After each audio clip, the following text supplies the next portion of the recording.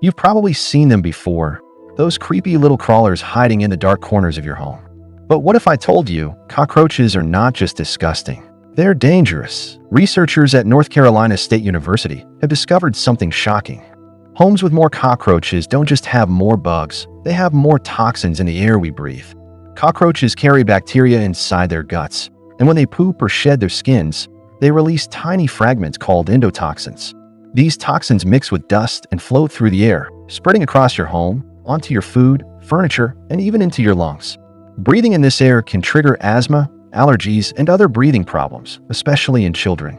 And here's the surprising part: female cockroaches produce nearly twice as many toxins as males, simply because they eat more. But there's good news. When scientists removed cockroaches from infested homes, the levels of allergens and toxins dropped sharply.